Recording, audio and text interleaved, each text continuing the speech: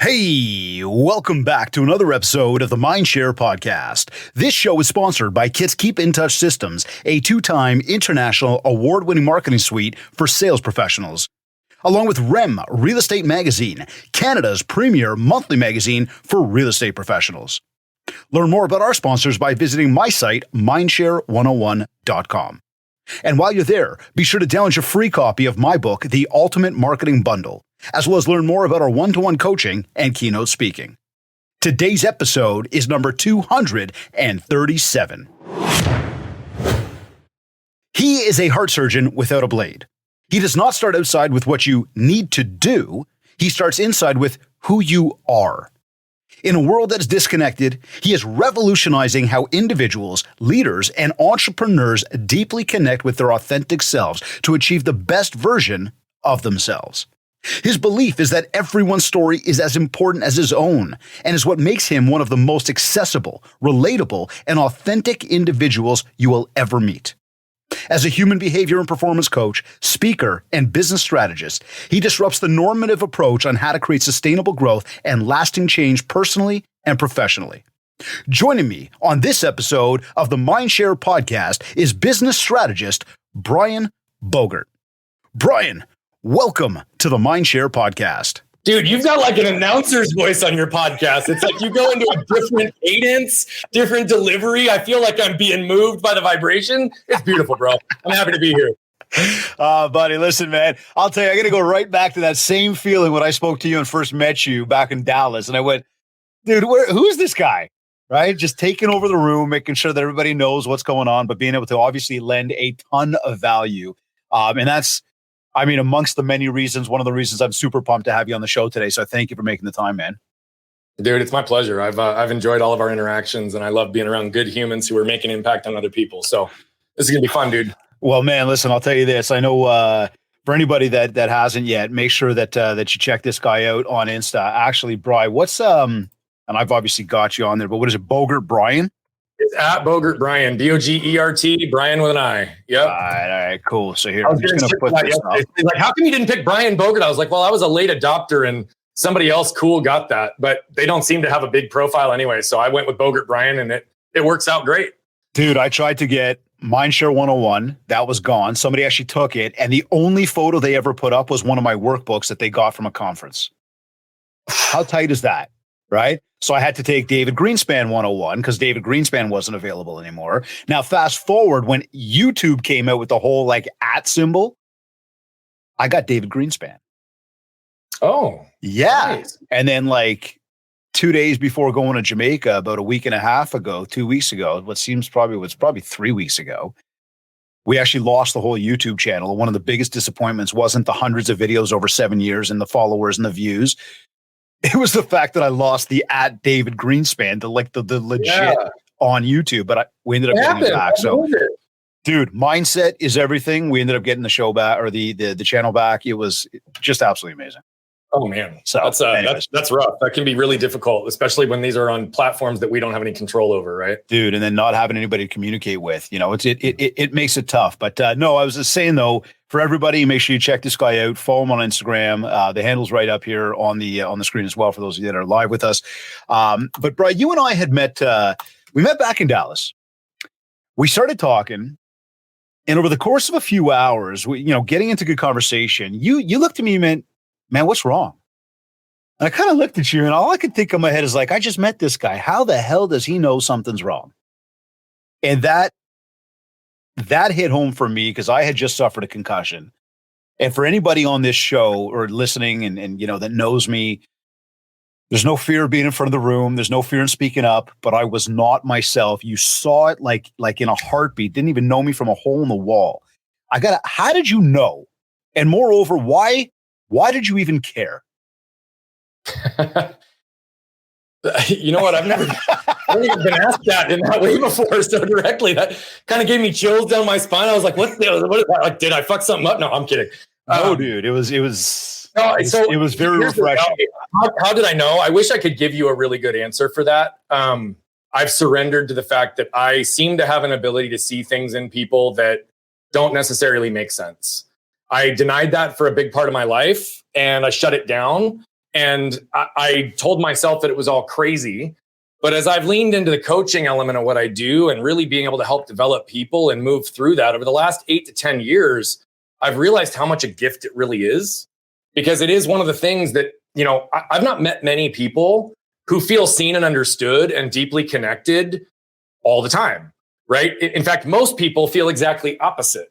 Yeah. And for whatever reason, I feel like I see people for who they are, exactly where they are, objectively and non-judgmentally. And so that filter and lens allows me to just really have empathy, grace, and compassion with people. And why do I care? I think that's probably the better question. I know what it's like to be isolated, disconnected, and alone. I know what it's like to suffer from shame, to have anger come out in my world that manifests as armor, that almost drove everything and everyone that I ever cared about away from me.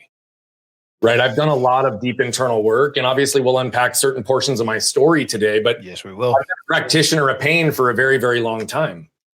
And one of our core concepts is this idea of embracing pain to avoid suffering. Right. And for me, it's those moments when I'm with someone that I have to embrace the pain, to lean in and say something that might catch them off guard, that might cause them to pause in their tracks for just a second, to hopefully alleviate some of the suffering that they might be experiencing in the moment, because they're not being seen and understood. They're hiding, they're armored, they're disconnected in that moment. To me, it's a way to engage people. And if I look at our core mission, we're on a mission to impact over 1 billion lives as quickly as we can by reducing the level of suffering that exists on this planet. I believe suffering exists in 4 places, my friend. I believe it's in the things that are left unsaid, the things we lack permission to feel or say, the things we lack the words to articulate or understand, or the things that are left undone. My purpose in life is to allow my truth to give others permission to speak theirs and to live theirs. So in that moment, what did I do? I gave you permission to feel and say things that you didn't otherwise have an experience. And I gave you words to articulate and understand what you were experiencing, because I've had 8 concussions and I know some of the cognitive dysfunction. I know how much that can tap your nervous system. And I felt it. I saw it. And so I leaned in, because by me speaking to you, it alleviated some of your suffering in the time. And because I know how much suffering can drain us, how much it can disconnect us, how much it can deplete us, how much it can take us out of our power and potential. And I also know what's on the other side of that. Dude, I'm just trying to bring as many people along with me as possible, brother. You got the hair standing up on my shoulder, my arms again here. It's look, to everybody tuned in, right? Why we titled this today, How Your Story Will Impact Millions. And as you listen to today's show, when we do dive deeper into Brian's story and you start to understand it, he just said he wants to impact billions, not just millions. And when you go to his Instagram, you're going to see that. And that's part of what I wanted to bring up there, was he's on a mission. And Brian, you are on a mission. And, we talk about authenticity. We talk about transparency. You just nailed every single feeling, and you know it well. You're a professional at this. I mean, not only living it, but you've helped so many people with it. You hit it bang on, like sitting there in that room, unsure, uncomfortable, not myself. I was 48 hours removed from having my first concussion ever, foggy, just not myself. You felt it, you leaned in and tried to help with it, or never mind tried, you helped with it. You asked a ton of questions. You asked stuff that boggled my mind and confused me a little bit. But yeah, coming out the other side, it was like there was this relief, this breath of fresh air of being able to just talk it out. And at the moment, a complete stranger. But dude, you tapped into that. And I remember you said something, and I don't know if I'm going to use the words the right way here, but you began to talk about the feelings. And you said, is it, and you'll say that, you'll correct me in the way I say this, right? But was it a physical or an emotional feeling? And I was like, what? Maybe correct on the words that I used there, but I was like, well, what's the difference? And you started to explain this thing like, are you feeling it or is it in your mind? And I was like, I sat there for a few minutes, and you actually even said, I think at one point, you said, listen, I'm going to get a coffee or something. I'll be right back. Hang out here. I'll be right back. Think about that. And I sat there outside, taking in the sun going, what the fuck does this guy mean? But then it started to come together.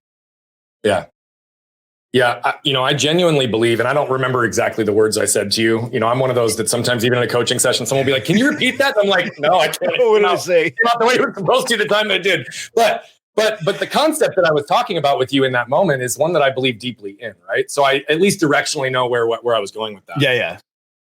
I genuinely believe that so many of us experience the world and learn at the deepest level through our physical experience. But we often are not paying attention to the intellectual and emotional narratives that are associated with it. And it's very easy to associate whatever we're going through as physical alone, even though I believe that we exist in 4 categories of self, right? Mindset, basically intellectual narratives, emotional narratives, physical self and spiritual self, right? So mental, emotional, physical, and spiritual.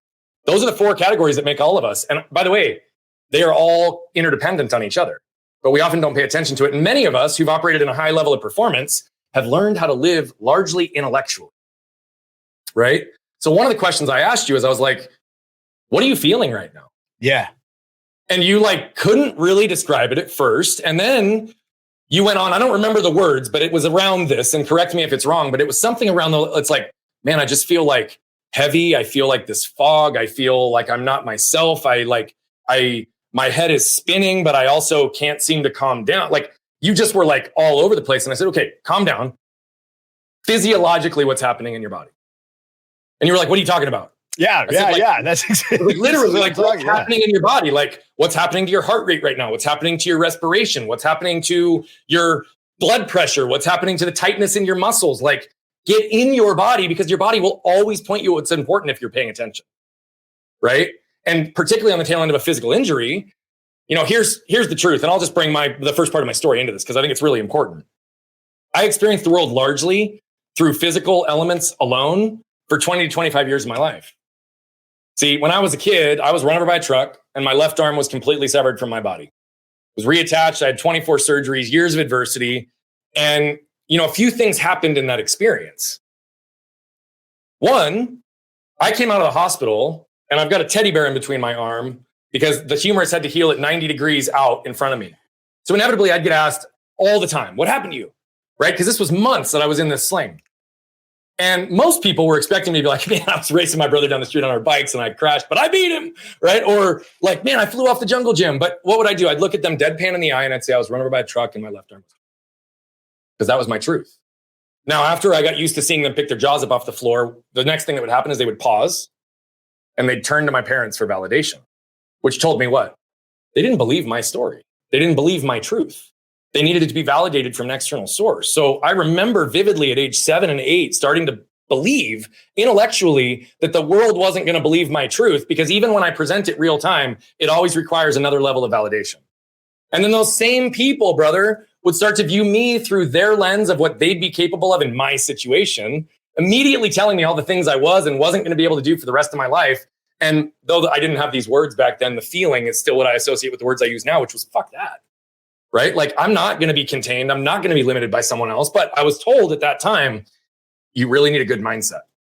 If you're mentally tough, you're going to be able to do this. And so That's what I did.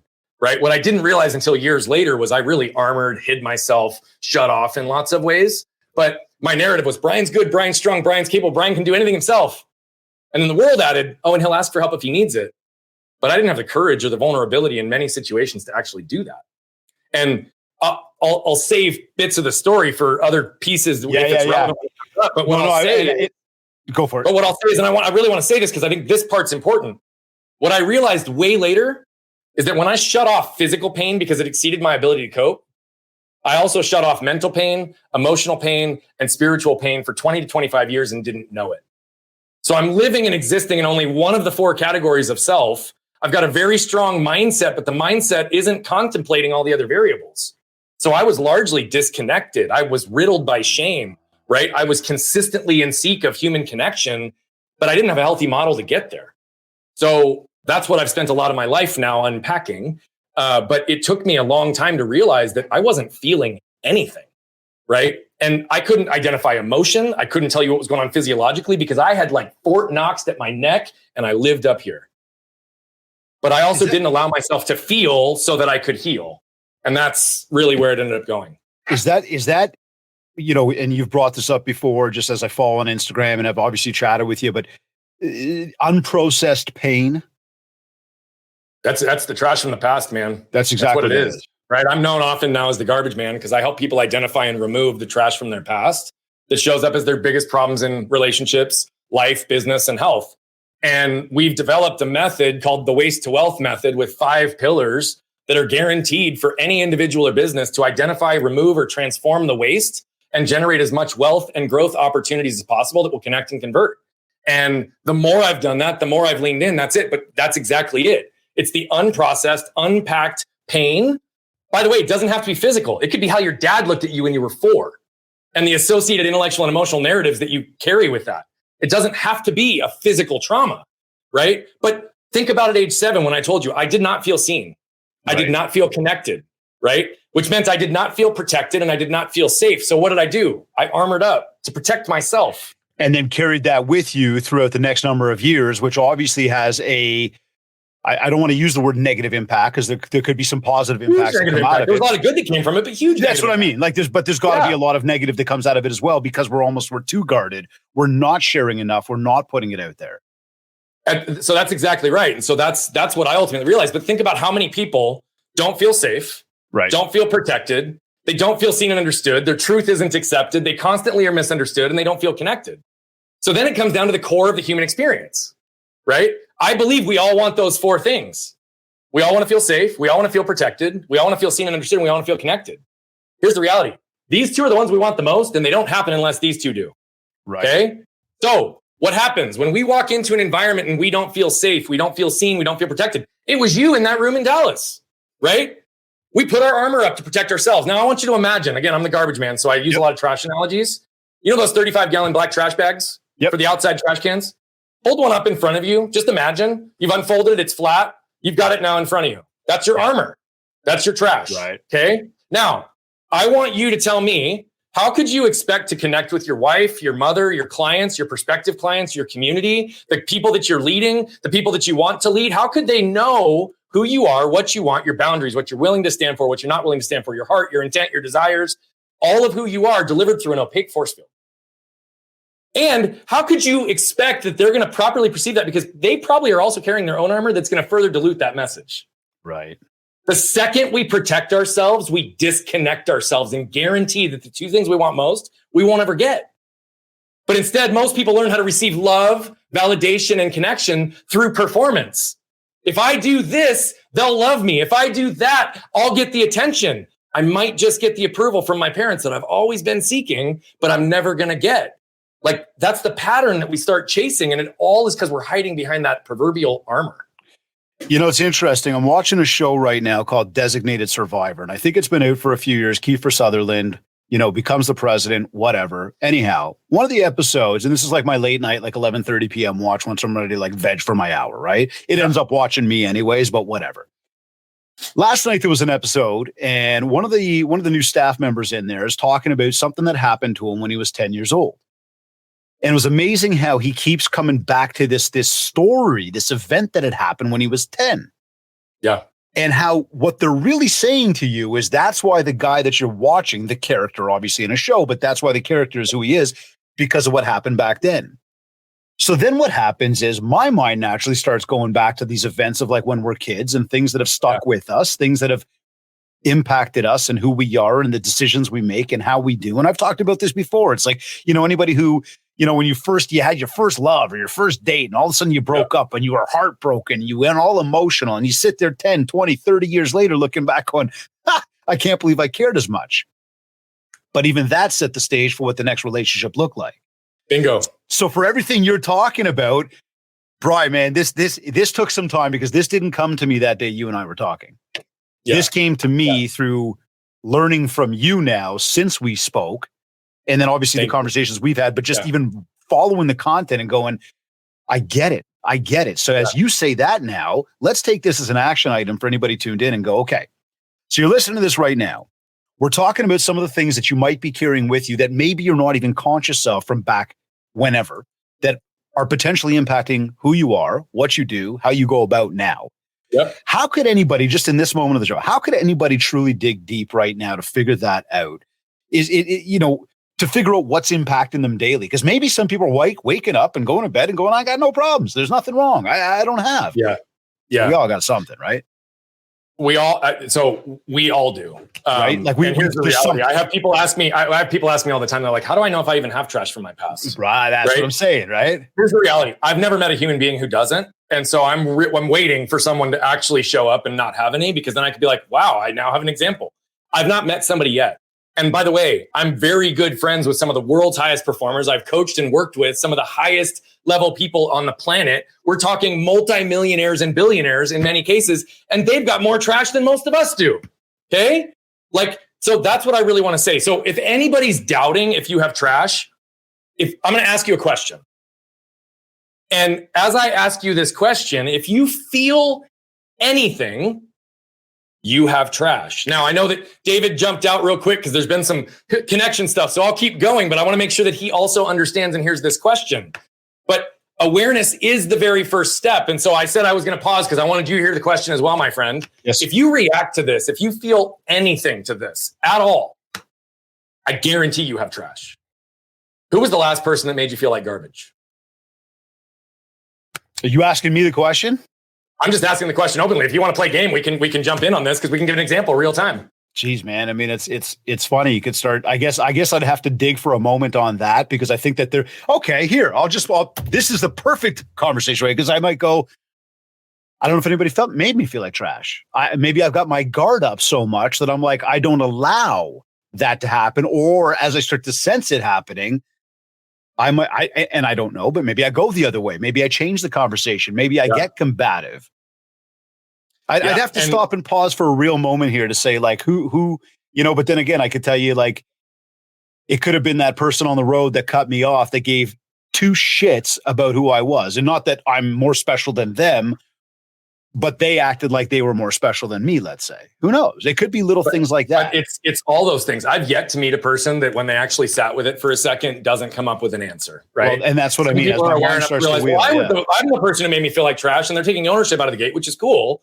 But let's just give a couple of examples, right? Yep. Like, what are moments that might make us feel triggered, that might make us give an example to recognize we might have trash? Well, it might be that night that your spouse mentioned something to you about how you loaded the dishwasher incorrectly, and it causes an internal reaction with you that has nothing to do with your wife, nothing to do with your dishwasher, and everything to do with how your grandpa looked at you when you were 4.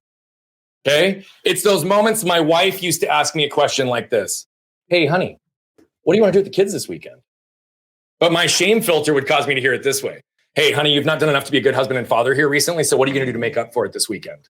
And then all of a sudden I'd feel that internal reaction, that element of defense that would rise. And all of a sudden I'd rattle off the 10 things I've done in the last 4 days to show her I'm a good husband and father. It wasn't even what she asked, right? It's those moments when you feel like you got passed up for a job or a promotion, or you didn't get the attention from your parents that you wanted, or you're not making as much money, or everybody thinks they're stuck because they have the wrong strategy and tactics in their world. If I just get the right selling system, if I just get the right process, if I just get the right coach, once I make this amount of money.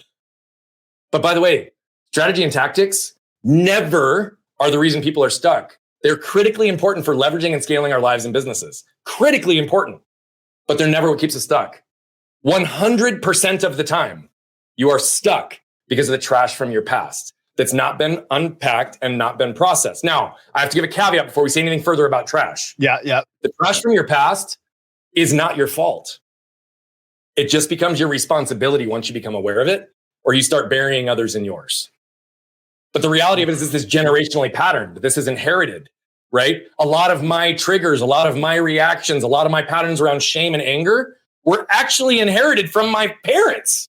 And we've traced, in my wife and my situation, our triggers back 3 generations in our families to be able to understand where they came from, how they got patterned in, and they're cellular. See, we carry cellular memory, and the brain. This it's not just the events that happen to us directly, but it does have to do with the upbringing, the mindset that was instilled in us. 100%, 100%. Right? Like, here's the reality: my dad was the oldest of 5 boys in the Martin Luther King era. They were one of 4 families in a 10-mile radius that was white. And he had an alcoholic father that beat the shit out of him. And he took the abuse for all of his brothers and his mom. You don't think that pattern down in moments of anger, associating love with pain? Now, I've talked openly with my dad about this, but my dad never once hit me. So I could sit here and be like, well, my dad didn't pass down the abuse, But the reality of it is a lot of those same patterns and tendencies, even though he never physically hit us, took him years to escape and remove, right? To think that he wasn't impacted by that as an individual, to think that his self-worth, the shame that he carries, the lack of ability to believe that he is anything worthwhile, even as a father, let alone a human being, it's because from the time he was this big, he was told he was nothing. He was a piece of shit. And he got beat the fuck up just because he was there, right? So many of us aren't born. We don't choose the families we're born into. We don't choose the situations we're born into, but we learn to survive in them. Problem is most people learn to make themselves small or hide from them or ultimately numb from the things that give them pain, which means they're not feeling and they're not healing and they're not growing.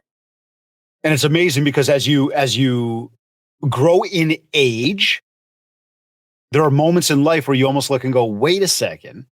Because I know that there's things for me in life that took me time to become conscious of when it comes to, let's say, upbringing. And I don't want to sit here and say I was brought up poorly or something. My parents are amazing. I love them. I wasn't either. My parents are amazing. Yeah, but you know what I'm saying? Like, I don't want to knock or bring any negative tone to that and try to like shake it down that, whatever. No, I don't have a rags to riches story. I don't. Grow up well. Parents gave us everything. Like we did well, right? Not silver spoon. Let me put that out there too. But you know what I mean? That being said, my parents have their way of doing. I know my grandparents had their way of doing. I've watched some of the things that I've done, and I've actually seen some of the things I've been very conscious about not wanting to do anymore, only because I've seen the lineage from both, again, my parents as well as my grandparents to go, I don't like that, and I don't want to do that. But that took time to come around and actually grow up to, mature to, be conscious of, whatever it is.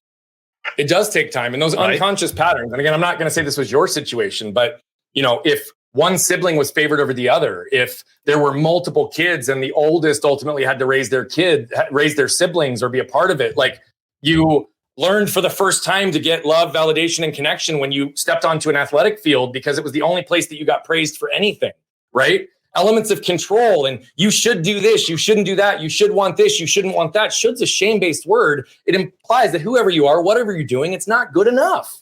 Yet all of us are born as our brightest, most authentic, burning self. And then our parents, teachers, employers, and coaches literally layer all those elements of should that start funneling us down into this box based on who the world has told us who to be versus who we really are.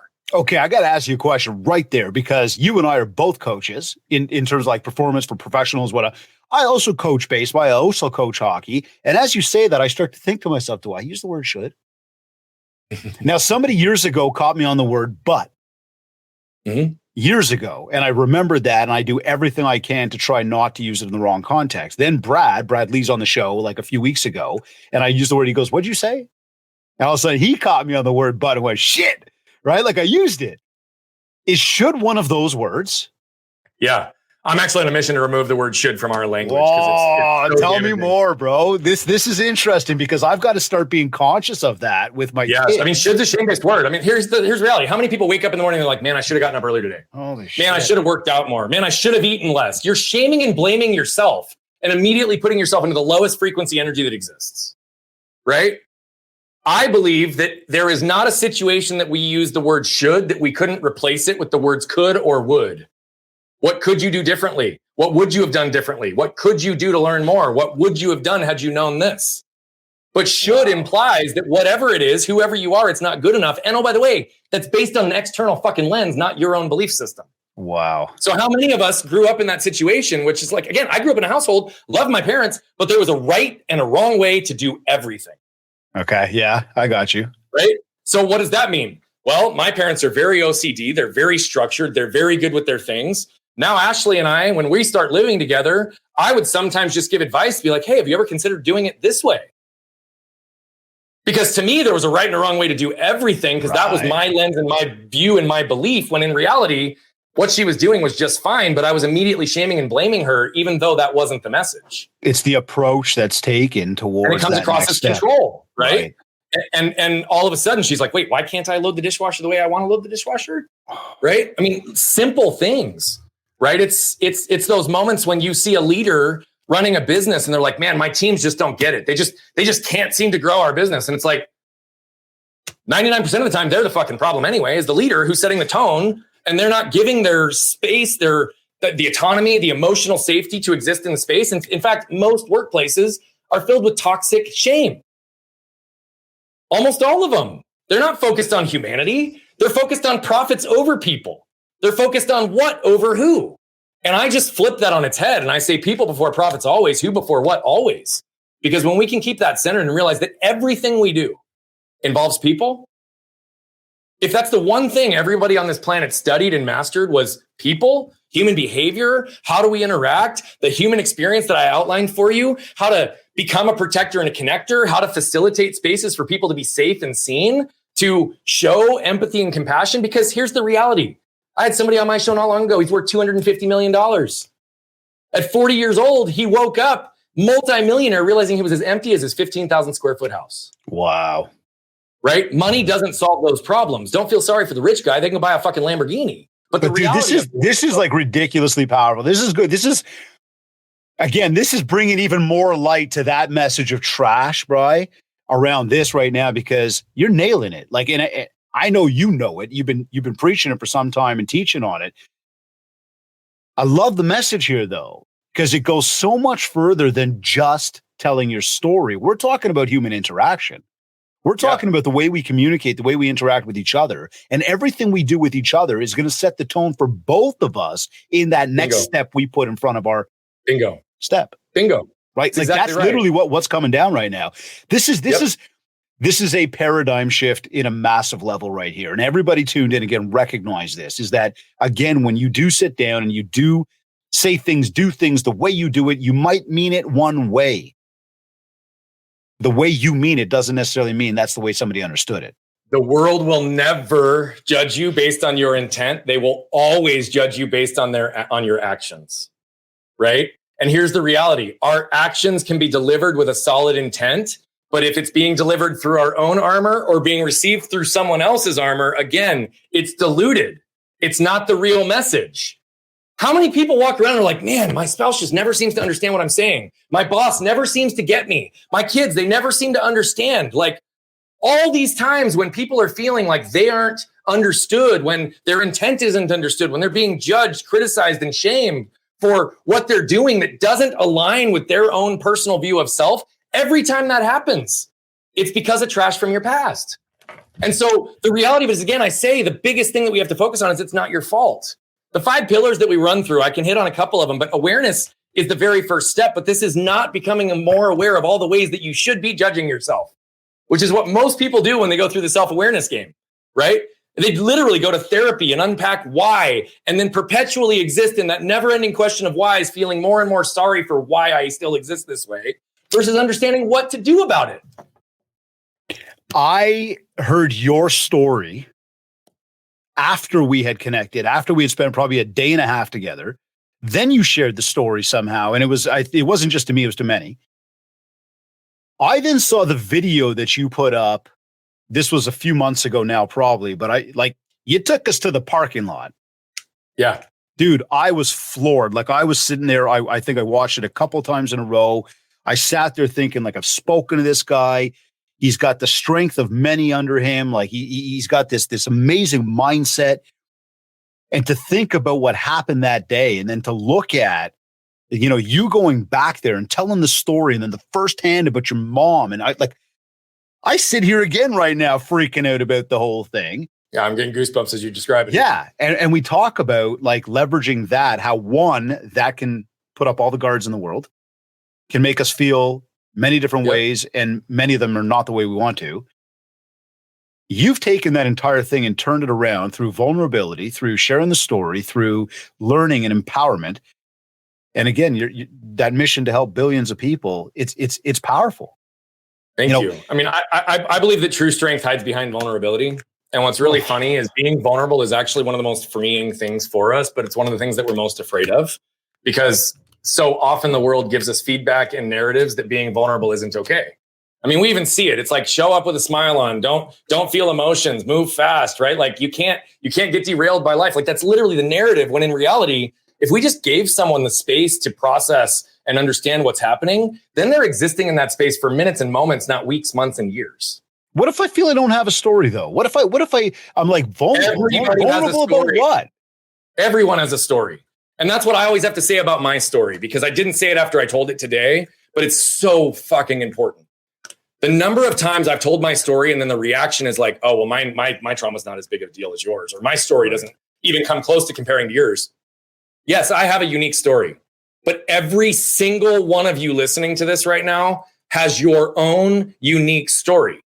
What's important for all of us is that we learn to be able to pause long enough to become aware of the lessons we can extract from our stories so that we become intentional in how do we apply them moving forward. We all have the ability to do that. And we also all have the ability to tap into other people's stories and their collective wisdom to shorten our own curve to learning, right?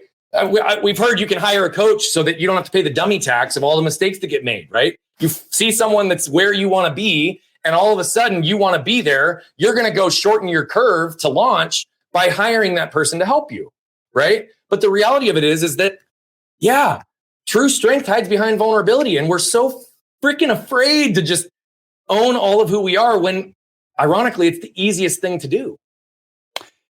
You know, it's really interesting. I still think for myself, I'm still figuring all of that out. And when we talk about vulnerability, I'm very open with my audience about these things because many of these folks have been with me through my journey over the past however many years. And for those that are brand new, you're tapping into something now.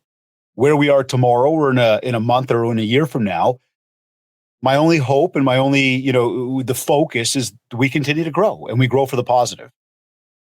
That said, the vulnerability and the authenticity and the truth about being us is real important, and being able to be comfortable with that, because you just said it. That's, forgive me the words you used there, but it's the best version of who we are. It makes us the truest version of who we are. It makes people realize that is exactly who we are. So, question of that then would be, what's your take on people? And I say this a little bit harshly for folks that people following like sheeple out of fear of standing out or even standing up for what they believe in. This ties right into this, does it not? It absolutely does. And part of this is it makes a lot of sense. So I'm going to take this from two different angles. Yep. I think one that is as much on the influencers that are trying to create the following in many cases as it is on the sheeple that are following. What do I mean by that? Okay. There are many people in the space today around personal, professional development, business coaching, whatever you call it, influencers there's a ton of people out there talking. There's very few with anything unique to say. Okay. So there's that. The other side of it is that many of those platforms are built with the intent to get the sheeple to become dependent on their programs so that they can continue to have the same repeat people to grow their business and do all those things. I have a fundamentally different view. Mm-hmm. I don't want anyone to be like me.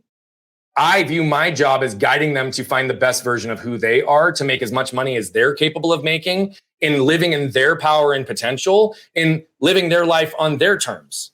But it makes sense that people follow to the degree that they do, because again, all the shoulds of the world, we're told that if we're different, if we stand out, we're going to be isolated and alone. So what do?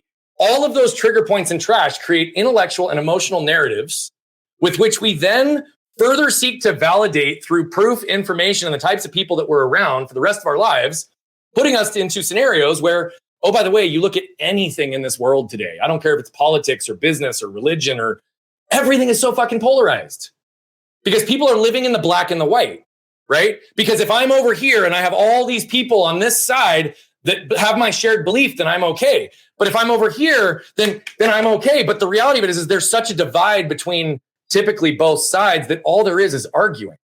All there is fighting. When in reality, 99% of the time, the gift is in the gray area, and the gift is through surrender, not through fighting. But that's not what we're taught.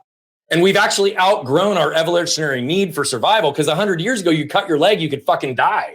Most people in first world countries don't have those problems anymore. Right. And the technology, the speed, the access, the way we're actually consuming knowledge, the aggregate amount of data, even thinking about what my kids have access to through the tablets that are highly limited that they use occasionally versus what I had when I was their age. Yep. I was operating on an old school Game Boy. Yeah, bro. I didn't have the internet. I didn't know what the other side of the world looked like unless I traveled there. Right. But today the world is very small, yet people are more disconnected and isolated than they've ever been, even though we have more access to more people across more countries in more mediums than we've ever had before. But what does that mean? I genuinely believe that everybody wants freedom, but it's the scariest fucking place to be. Dude, but you think about it, right? And this has been a conversation we've had in our groups before, right? Around cancel culture. We both have a good buddy that jokes about it, laughs about it, and literally will go right out on a limb and talk about it. There are other people that want to stay the hell away from it, out of what you just said around that fear, around the idea of, do I get into a fight about it? Yeah. Much the same, that gray area where you say is the sweet spot, it's almost as if it doesn't exist because people are so jaded based on what they've learned and they should be thinking. This is the opinion on how they go about it, and they just follow. And that's, to me, where the sheeple mentality comes from. I don't think we need to go to war with each other. Well, I don't think we need to go to war with each other over stuff. I also don't think that good conversation and constructive conversation is a bad thing. Yet I think in today's society, it's very hard to have. I agree, because we're so protective. We're so armored. We're so afraid of what's going to happen because we have been divided. We have been separated in many ways. And I just, this is the way our world has patterned forward. I'm not blaming any one place or another. It's the reality of where we are. But all that said, I'm on the same page with you. I'm like, I can view anybody from any situation objectively and non-judgmentally. And I believe that when I can view someone objectively and non-judgmentally and see them for who they are, where they are, when they're there, then we can have productive conversation, even if we don't view the world the same way. Again, I'm not trying to have people believe and live and exist with all of my belief systems. What I want them to be able to do is to be able to live their lives for the very first time. Most people live an entire life, but they don't ever live.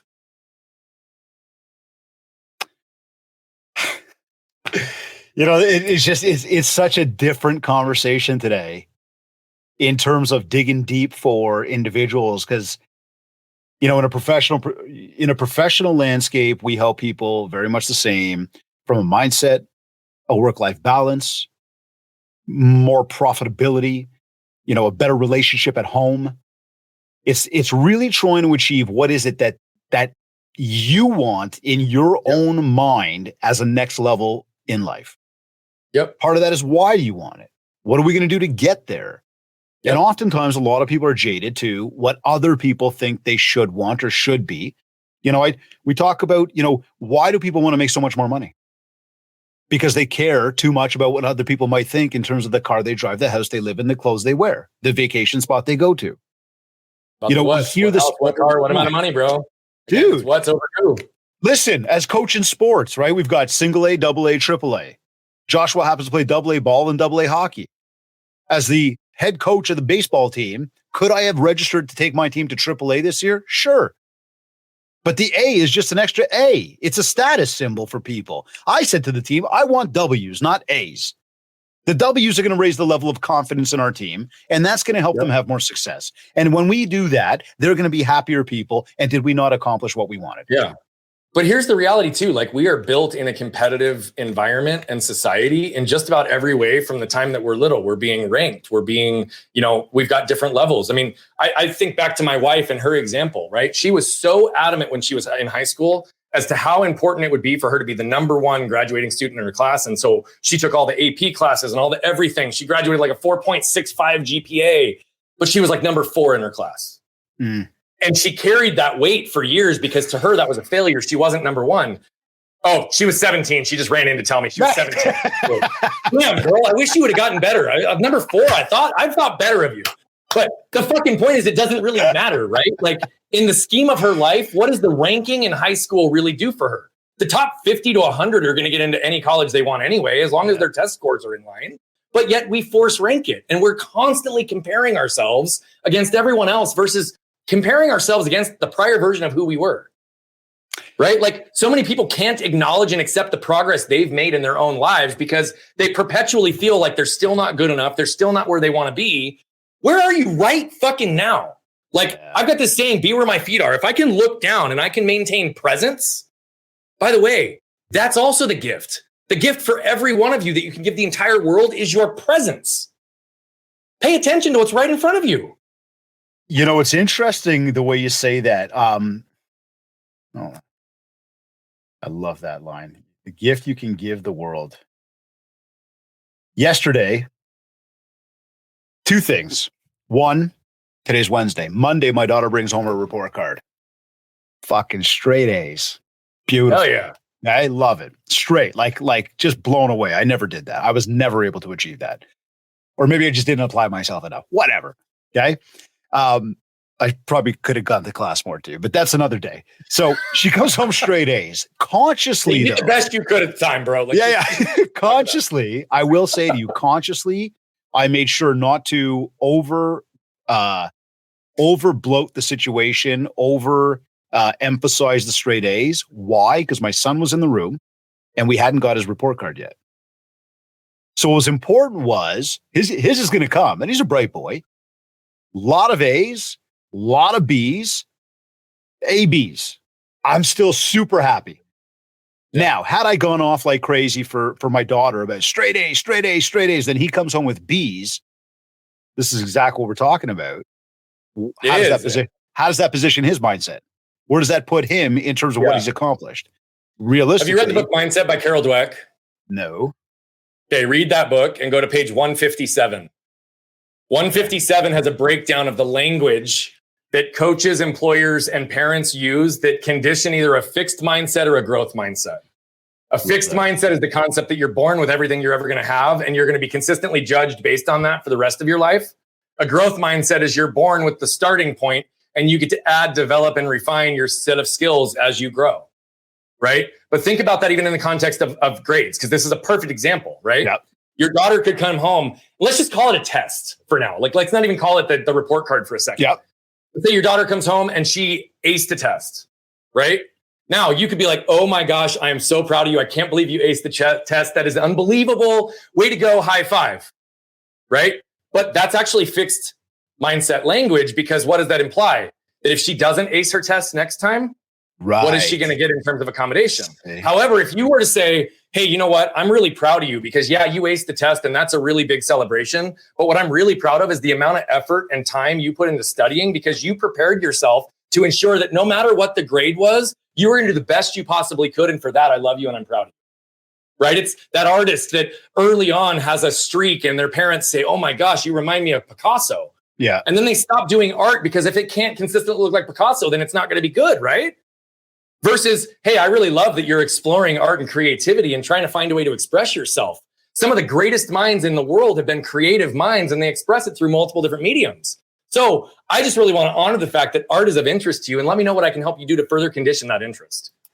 Do you see the difference in those two narratives? I totally see the difference, like completely see the difference. And I think it's important to explain that, because again, that's going to set the tone for what somebody carries with them and the person they become.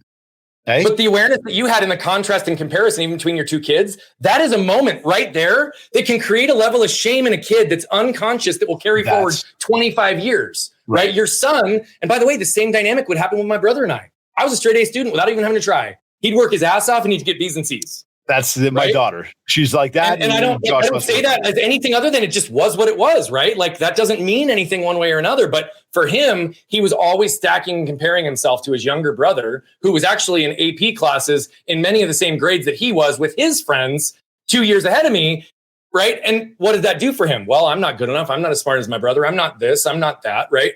And I don't mean this to bash on my brother. He's brilliant. I love him. He's one of my best friends. But it's those little dynamics of comparison, whether they're stated or unstated. Your son in that situation, had you not been careful, could have integrated that like, oh man, I'm not a straight A student. I got A's, B's, and I got a C. What does that say about me? Maybe thinking. That was your intent was spot on. And that's what I'm trying to say. Like, I'm honoring you for that. But that's how little these things can be, because that moment could have created trash that would have had a ripple effect for 25 years in his life. That one moment. That's it. Now, speaking of moment, and to what you said about, where your feet are right now,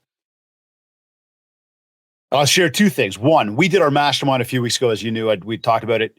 We're leaving there. And one of my buddies who came in from the East Coast, who came in to attend as well as came in to speak, he's Dave, we got to go to the Jays game. And he's, again, East Coast. He doesn't get to go to the Jays game every day like I could if I wanted to, kind of thing. Right. Yeah. So, okay, cool. Yeah. Let's go. So we're walking over there. And as we're walking towards the dome to the stadium, he's like, man, I am right where I'm supposed to be right now. And I'm like, buddy, I'm so pumped to hear that. And he starts telling a story about a buddy of his who lives, and I don't remember what island it is, like some Caribbean island, where like one of the things is like when you say like, yo, how you doing? They're like, I'm right here. He's like, do you know what that means? I'm like, what does it mean? He goes, I am right here, right now. He says, this is where I'm supposed to be. And so he looks at me and I look at him. He goes, dude, I am right here. He goes, there's nowhere else I'd rather be. Nobody else I'd rather be there with. This is exactly what I want to be doing in this moment. And it was powerful for me. Now, fast forward, and something I've tried to do for myself over just the years, and it's a growth thing. Yesterday, I'm in the hot tub with my wife and my daughter. My son's too cool now. He wants to hang with his buddies, whatever. So the three of us were hanging out. And it's in that moment that I'm looking at my backyard. I'm sitting in a hot tub with my wife and my daughter. And your mind can wander a little bit.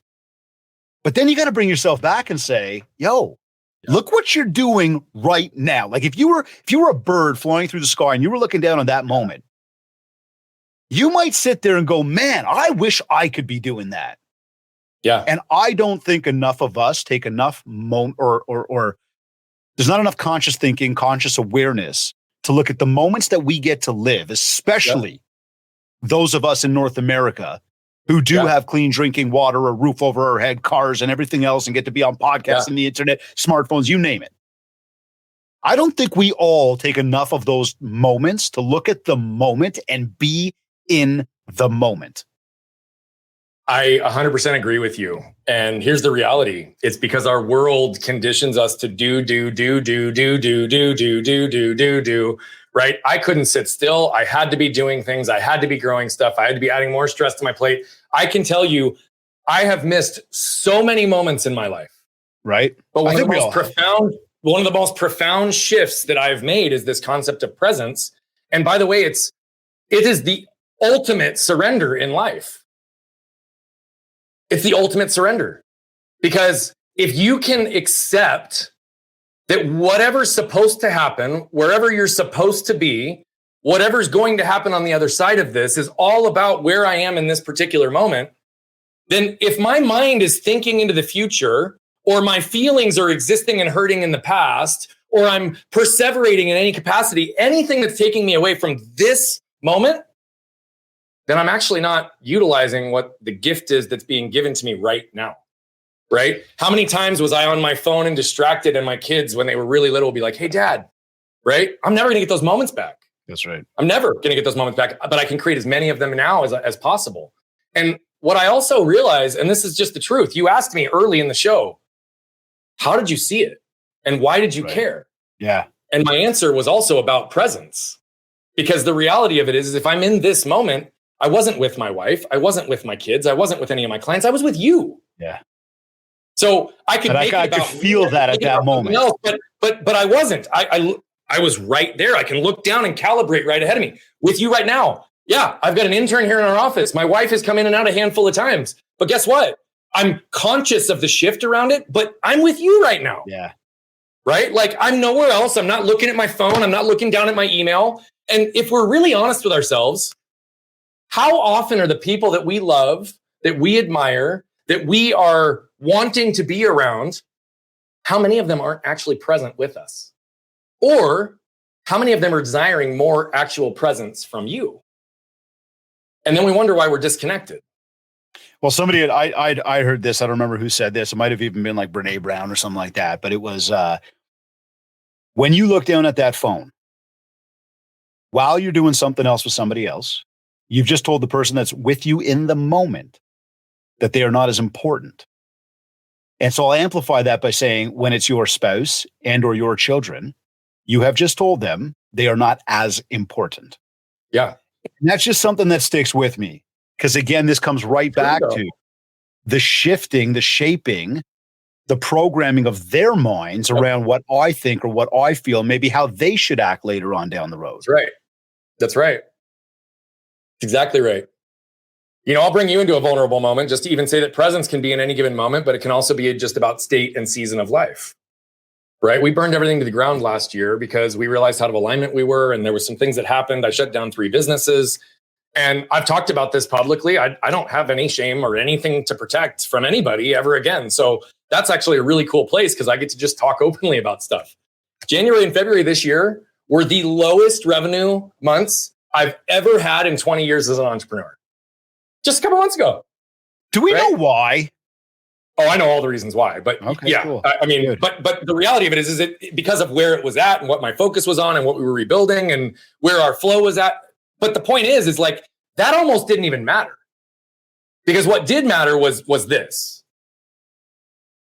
Over the last 2.5 years, since my wife and I unpacked my anger, which I didn't even know existed, we've broken generational patterns in our household. I like to say my wife and I have been together for 17 years. We hid from each other for 14, and she's only felt emotionally safe with me for 12 to 18 months. Okay. Wow. When I look at that, my kids are now at a place that they're old enough and have had enough experience in this rhythm. They don't even remember that their dad was an angry person that used to scream at them when they were little. Right? That's a gift that's been given to me. My wife and I have more intimacy, more connection, more partnership in every area of life. Last 6 months just seems to fly by and flow with ease. Until my wife felt emotional safety, she didn't ever really want to be a part of any of the businesses that I was ever running. In the last 18 months, she's fully owned her role. In the last 6 months, she's stepped in. She's one of the best operators, integrators, and executors I've ever met in my life. And she does that so fluidly in our family, but now she's doing it in our business, amplifying our impact. But here's the reality. Here's where I was at in January, right? Because I was still measuring myself based on that external financial number, because we still do, right? Like even when we escape it, even when we fix our relationship with money, there's still a scoreboard in life that our tendency and pattern is to want to compare. So I'm on the phone with a buddy. He's one of the few people that can hold space really effectively for me. And I'm like, man, I just can't figure this out. I'm like this, I'm that, I'm that.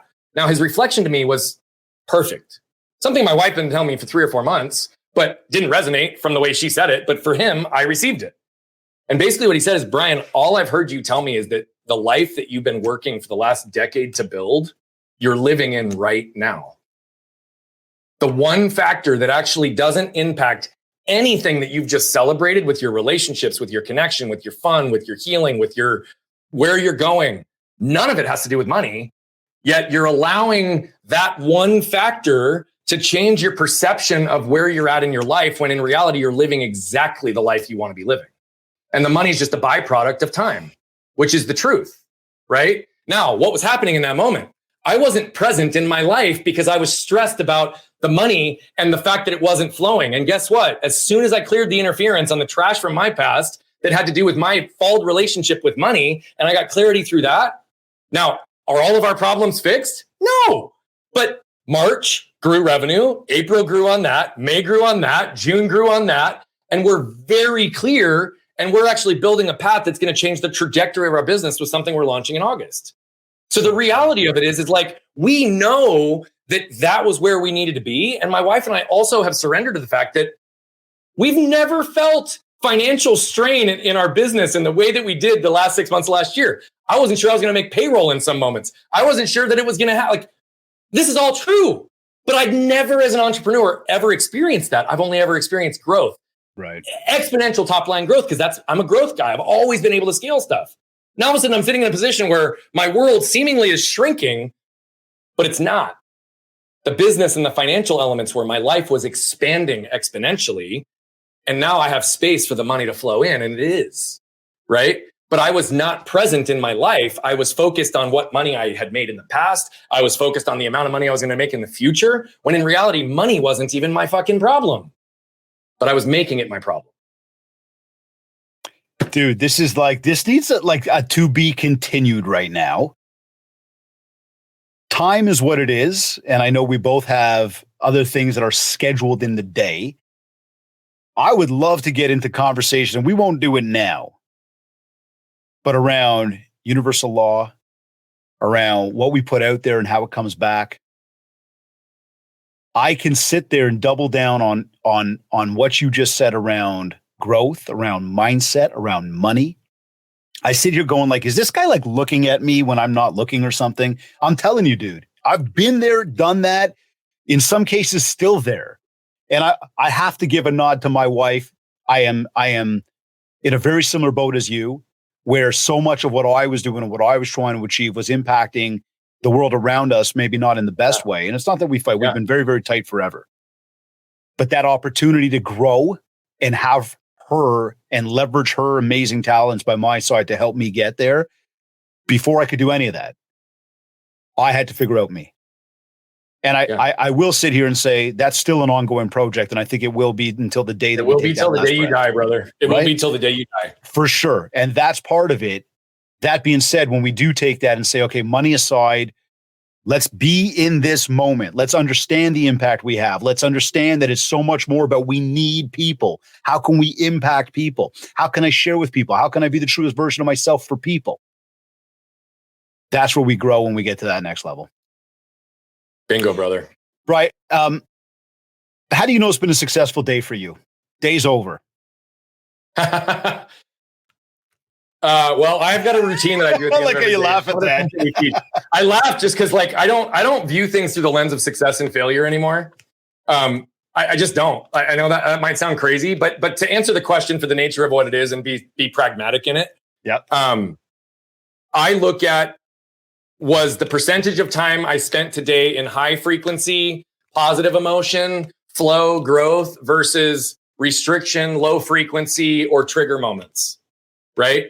I have focused so much of my life on having the proportion and the ratio be more on the positive side than on the negative, because they're both going to coexist. And so for me, generally, if I can look through the day, I've been intentional with the rhythms that I know are important in terms of giving isolated, directed attention to my wife and kids. I've delivered and shown up in every moment as present as possible with my clients and the ways that I'm delivering stuff.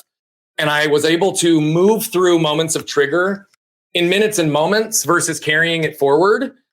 Then my process at the end of the day, and it's one that we teach, it's this concept of flipping your lid, right? And scanning your can, right? What does that mean? Flip open your lid and see what's risen to the top. What were the moments you got triggered today? What were the moments you felt defeated, depleted, unworthy? What were the moments you felt resentful, angry, guilty, scarce, controlling, perfectionism throughout your day? Those are all byproducts of shame, because shame is the ultimate wolf in sheep's clothing, and it presents itself as all of those fucking things. But the reality is, if we look at Hawkins' scale of frequency, shame is like a 20. Courage is like 200 to 400, right? Like enlightenment's like 700. Shame is the lowest frequency energy that we can operate in, but yet we wake up every morning and say, man, I should have gotten up earlier. Man, I should have done this. If I've done everything that I can do in front of me, and then here's the reality. Did I find ways to be today? Because we just talked about this contrast of do.